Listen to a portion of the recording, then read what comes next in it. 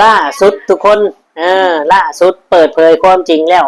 คนที่เอาอุปกรณ์ก่อสร้างหรือว่าเครื่องมือของไอเกตมันนี่ไปนั่นโมเมนต์ผู้ใดแม่นน้องเตอพี่น้องเลยเนาะน้องมะนาวมาเปิดเผยแล้วบอกความจริงแล้วสิ่งที่ทุกคนสงสัยสิ่งที่เขาคิดไว้เนี่ยกับแม่นความจริงพี่น้องเลยเนาะตู้คำบอกได้ว่าตู้คำเนี่ยเอ็นดูสงสารและศรัทธาและเชื่อมั่นในน้องเตอได้ไปหาไปเล่นน้ำแต่ละเทือเนี่ยบ่เคยคัดคำเว้าคำจ่าให้เกียรติเสมอเนาะในเมื่อเจ้าอยากเป็นคนซัวเจ้าอยากเป็นคนที่บ่ให้บ่อยากมีคนนับถืออยากมีคนให้เกียรติเจ้าทางเลือกทางเดินของเจ้าเองนั่นนี่เนาะทุกคำกะเบิดได้ล่ะเบิดความศรัทธาและเบิดความให้เกียรติฮินดูสงสารเนาะเพราะว่าถ้าว่าคนทำได้ขนาดนี้เนี่ยมันจะคิดอย่างไรกับคนอื่นขนาดคนในครอบครัวเจ้าของเนี่ยยังเฮ็ดได้นะพี่น้องไม่ได้ซ้ำใดเนาะบ่น่าเชื่อแฮงอดีพี่น้องเนาะสิ่งที่เพิ่นเว้าผู้ใหญ่เพิ่นเว้าเคยเอาไปเฮ็ดงานไปฝากงานเพิ่นเว้ามาแม่นความจริงซะนะพี่น้องเนาะน้องเตอบ่ธรรมดาแล้วพี่น้องเอาฝากถึงแม่น้องมะนาวเนาะให้พิจารณาเบิ่งแล้วก็ตัดไฟแต่ต้นลมเด้อแม่น้องมะนาว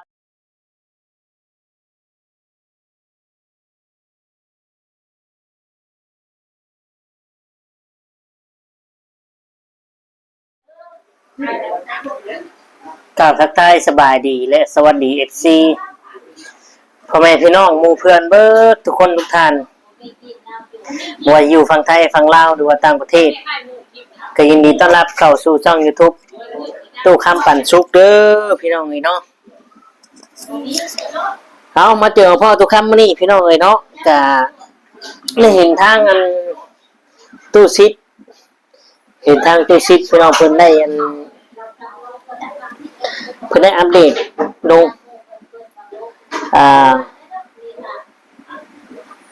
ที่ว่าหลายคนสงสัยเนาะว่าไผขึ้นมาหลักอุปกรณ์ตัวท่านเจ้าหิวน้ำพอกินนี่โดสบายดีเนาะว่าใช่สบายดีเอาน้ำมาให้ตัวข้าวพี่น้องเลยน้ำให้กระด้างอยู่ล้างแก้วยังนี่น้ำติ๊กห้วยเอาพี่น้องเลยเนาะ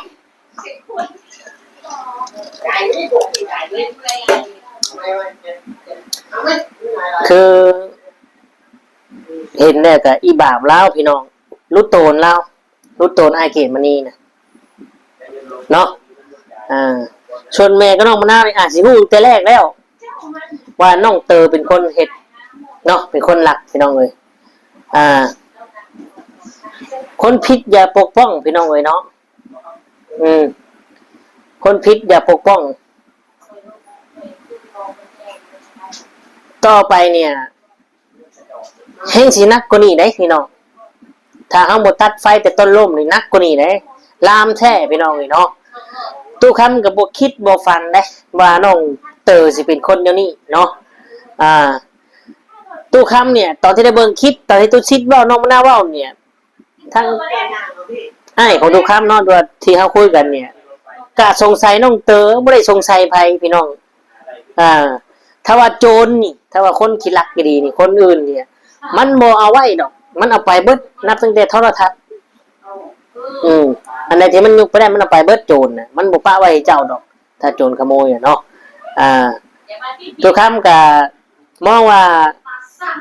บ่โอเคเนาะน้องตื่นจังพ่อจังว่าไปใส่กับบ่รอดไปพุ่นเพิ่นกับบ่เอาเนาะอยู่ส่วนกาแฟก็แม่นความแม่เพิ่นเว้าอีหลีเนาะเพิ่นโทรมาหาตู้คำโทรมานิดนำกับแม่นเรื่องจริงนั่นแหละบาดนี้สิ่งที่เพิ่นเว้าแม่นและแล้ววันนี้เนาะตู้คำก็ไม่ได้ว่าเสียใจเด้เสียความรู้สึกที่ว่าเฮาเนี่ยคอยบอกคอยให้กำลังใจแบบคิดว่าเพิ่นสิบ่เป็นคนแนวนั้นนะพี่น้องคิดว่าเพิ่นสิแบบว่าเพิ่นก็เป็นคนทุกข์ยากได้เลี้ยงสาเนาะบ่มีพฤติกรรมแนวนั้นแต่ก็เฮ็ดให้เห็นพี่น้องเนาะคือเบิดความศรัทธานะเบิดความศรัทธาเบิดความนับถือนะพี่น้องเนาะแทนที่เจ้าของเนี่ยเป็นครอบครัวที่ลำบากเนาะมาพี่น้องเนาะเพิ่นคุยกันพี่น้องเสียงดังนะจังน้อยนึงพวกเราเพิ่นคุยกันในทางห้องคือแบบว่าครอบครัวที่แบบว่าทุกข์ได้ยากนี่เนาะ อุปกรณ์ก่อสร้างของไอเกตมันนี่เนี่ย เป็นอุปกรณ์ที่สามารถทำมาหากินได้เนาะดังเส้นไปร่วมงานไปรับจ็อบรับเหมากับหมู่กับครูก็ได้เนาะคืออย่างเส้นตู้คำเนี่ย เป็นหัวหน้ารับเหมาเนาะก็อยากได้พนักงานก็อยากได้ผู้ซอยเนาะไอเกตก็มีสีมือมีความสามารถแล้วก็มีอุปกรณ์เนาะเราก็ได้ค่าแห้งเพิ่มขึ้นอุปกรณ์เราก็มีเนี่ยเห็นบอกนี่แหละจึงทำให้น้ำตาไอเกตวันนี้เนี่ยไหลพี่น้องเลยเนาะเพราะว่าเราก็เป็นคนทุกข์ยากลำบากเป็นคนผ่านชีวิตที่ว่าทุกข์ยากมากเงินคำแต่ละบาทที่เก็บซื้อสิ่งนี้เนาะมันรู้สึกว่ากูมานี่เนี่ยกูต้องเจออีกอย่างเนี่ยไอเกมนี้เราจะคิดไปหลายๆอย่างหลายมุมเนาะจักไรไม่เท่ากับโบคอยมากกูเนี่ยมันเจอแบบนี้แต่ว่าหักน้องมะนาวหักเมียแทงเมียนี่เนาะเราก็อดทนสู่อยู่กับเมียพี่น้องเลยเนาะทุกคำเชื่อว่าไอเกมมันนี้เนี่ยโมโมนมีความสุขน้ำตาที่ไหลออกมาหั่นหู้ว่าน้ำตาอย่างหู้ว่าน้ำตาอย่างโมเมนแค่น้ำตาที่ว่าเสียของที่เรารักษามาซื้อมาด้วยตัวเองโมเมนแค่นั้นเนาะมันมีมากกว่าหั่นมันมีมากกว่าหั่นให้ทุกคนคิดเอาและเบิ่งเอาเด้อเนาะทุกคำสิบ่เว้าแต่ว่าที่ทุกคำมองว่าออกมาคุยเนี่ยคือทุกคำรู้สึกว่าเบิ่งคนพิษรู้สึกเอ็นดูคนพิษทุกคำนี่หักแพงไหมน้องเต๋อกับพ่อน้องมะนาวน้องเต๋อทุกคำค่อยบอกค่อยสอนทุกคำบ่เคยตัดน้องเต๋อว่าอย่างทุกคำบ่เคยตัดแต่ว่ามามื้อนี้มาเฮ็ดพฤติกรรมแบบนี้มาเป็นคนบ่ดีเป็นคนชั่วทั้งที่มีพี่อ้ายแล้วพี่อ้ายซื้อมาครอบครัวชวนพี่อ้ายแล้วให้หน้าเอาไปหารับเหมาบ่ก็สร้างบ่ยังก็ว่ากันไปมันก็ได้คือกันเนาะพี่น้อง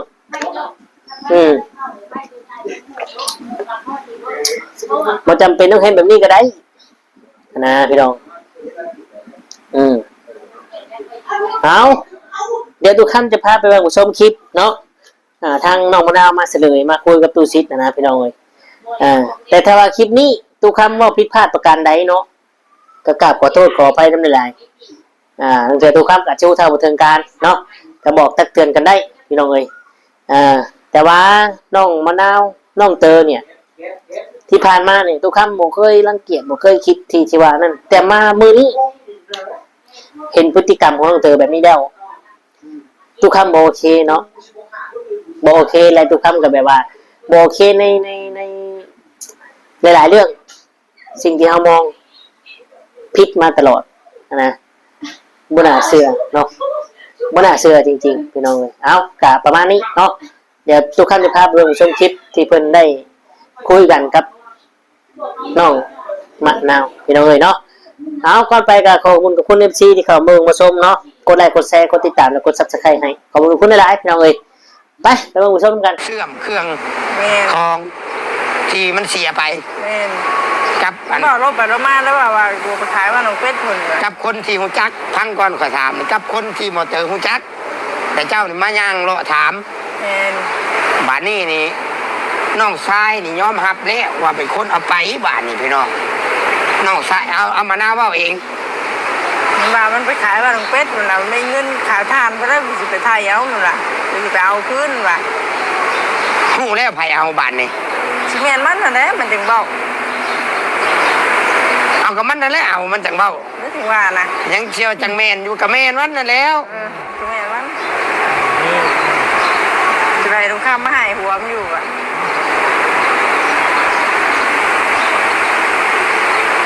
พี่ไอ้จนให้เรามาเมื่อไหร่เราก็จนให้พี่น้องเราก็หูอยู่ได้แล้วว่าไผเอาบัดนี้แม่ว่าได้แม่กับหูแม่ก็ได้ยินบ่เป็นว่าได้ยินแม่นั่นว่าแม่จี้ถามบาทนี่แม่เลยว่าสุพังบาทนี่นี่มันยอมรับสารภาพมันเอาไปผู้เดียวบ่หรือเป็นกุ้งเป็นแก้งจักมันก็บอกนะ ไปขายได้เงินหลายบ่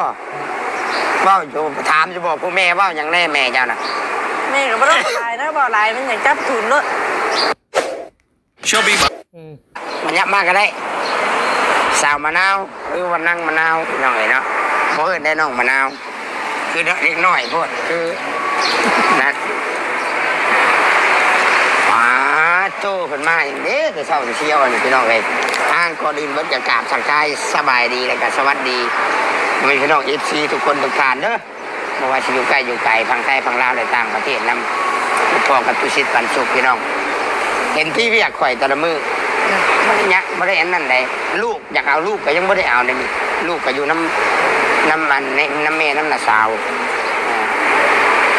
จะไปยังแต่เช้าแท้แต่เช้าแต่เที่ยวแท้ ถามมึงไปเขาใช้ยามาเกิดมาขายหัด มาเลาะถามตู้เชื่อมเครื่อง แม่น ของที่มันเสียไป แม่น กับอัน บ่รถไปรถมาแล้วว่ากูไปขายว่าน้องเป็ดพุ่น กับคนที่หูจักพังก่อนก็ถามกับคนที่บ่เจอหูจัก แต่เจ้านี่มาย่างเลาะถาม แม่น บาดนี้นี่น้องชายนี่ยอมรับแล้วว่าเป็นคนเอาไปบาดนี้พี่น้องน้องชายเอามาหน้าเว้าเอง มันว่ามันไปขายว่าน้องเป็ดพุ่นน่ะมันไม่เงินขายทานบ่ได้สิไปไทยเอานั่นล่ะสิไปเอาคืนว่ะ ฮู้แล้วไผเอาบาดนี้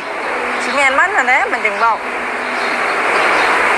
เอากับมันนั่นแหละเอามันจังเว้า นึกถึงว่านะ ยังเชียวจังแม่นอยู่กับแม่นวันนั่นแล้ว สิแม่นมันสิไปตรงข้ามมาให้หัวมันอยู่อ่ะ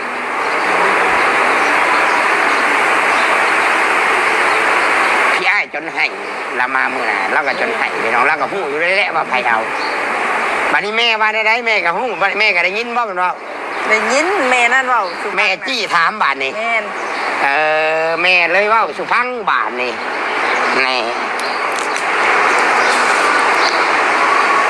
มันยอมรับสารภาพมันเอาไปผู้เดียวบ่หรือเป็นกุ้งเป็นแก้ง จักมันบ่บอกนะ เอาไปขายได้เงินหลายบ่เว้าอยู่ถามจะบอกผู้แม่เว้าอย่างแน่แม่เจ้าน่ะ แม่ก็บ่ต้องลายนะบ่ลายมันอยากจับทุนเนอะ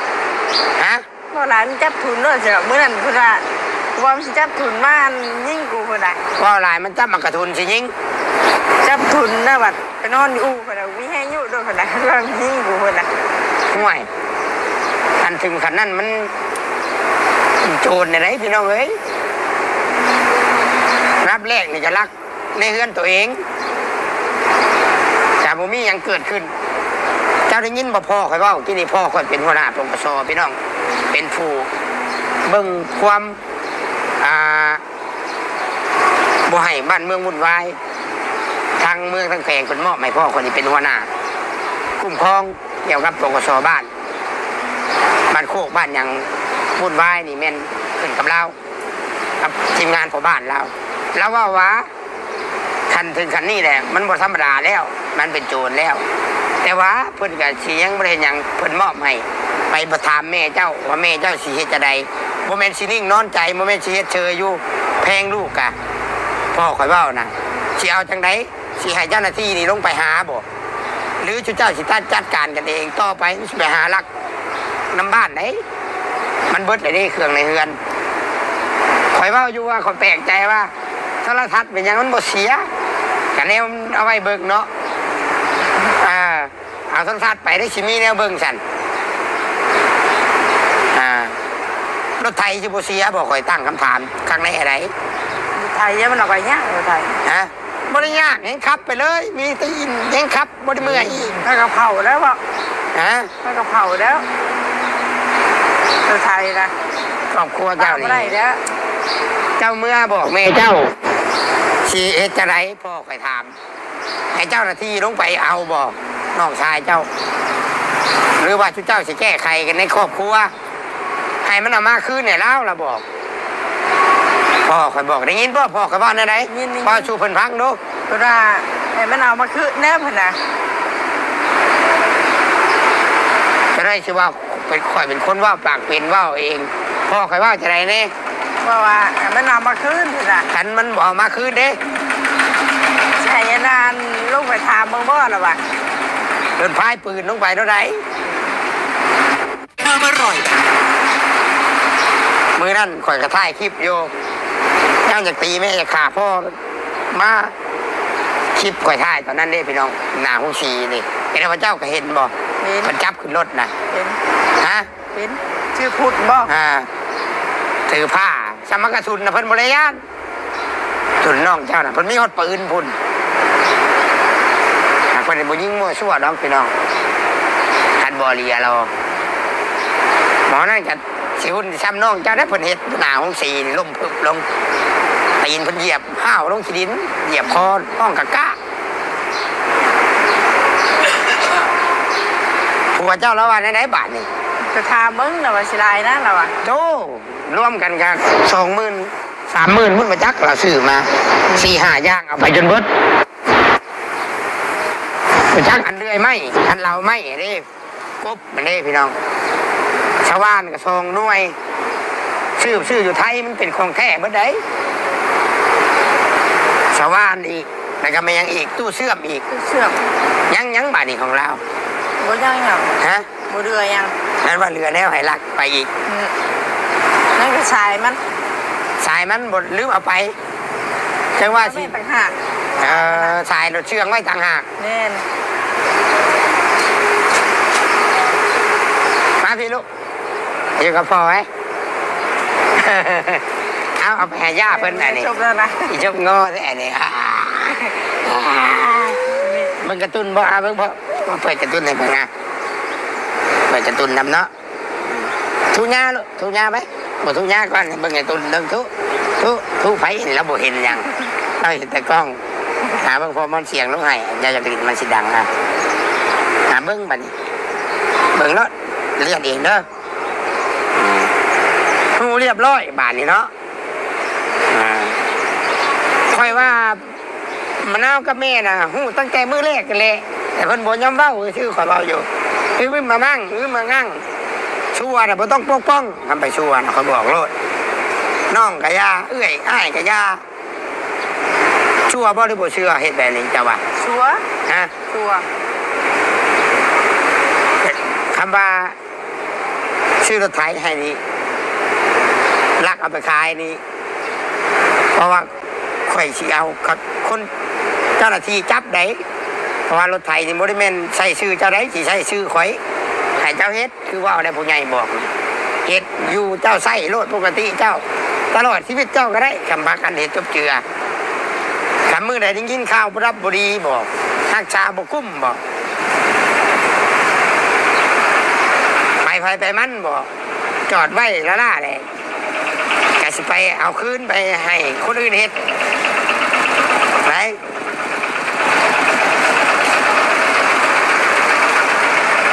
ถามมันอยู่บ่มันเอาไปขายได้หลายแต่บ่ ไม่ได้ท ถามหลายแล้วมันจับมันกระสุนใช้รถย่าถามแม่ก็ได้ ำกล้าท พ่อคอยบอกว่าสิเอาจะได้คันแม่บ่กล้าเว้าเลยมาหาแล้วคันว่าแต่เฮ็ดเฉยด้วยจะเฮ็ดได้เครื่องของผัวเจ้าชื่อมาเท่าไรแสนเท่าไรล้านแน่นะ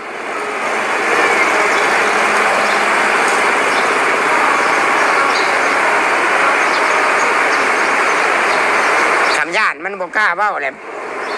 ย่างขึ้นมาหาเจ้าหน้าที่เพิ่นอยู่ห้องการบ้านนั่นไปหามัน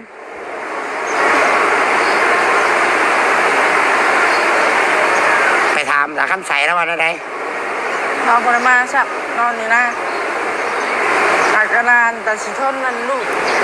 เขาจะเปิดว่า เอาดอก ตู้เชื่อมมันยังนั่นร้ายแต่วันนี้น่าจะคำใช้นั่นนะวะ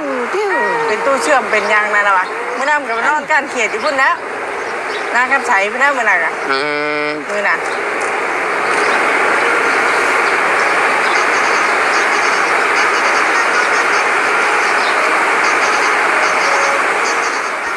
นี่เห็นว่าพี่น้องแม่น้องมะนาวกับน้องมะนาวนี่ฮู้แล้วว่าเป็นไผเอา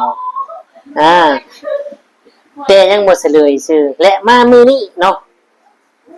น้องเตอเฉลยเองเอาไปจำว่าซั่นเดี๋ยวจะเอาเงินไปไทยเอาว่าบ่อยู่ภาคเก่าน้องมะนาวว่าไปอยู่พวกบ้านน้องตอกน้องตมซึ่งบ่ได้ใกล้จังนี้มันอยู่คนละบ้านกับบ้านโคกใหญ่เนาะมันอยู่ในบ้านนั่นแหละพี่น้องเอ้ย และพฤติกรรมแบบนี้เนี่ย มันเข้าข่ายพฤติกรรมพวกขี้ลักและพวกติดยาพี่น้องเอ้ยเนาะ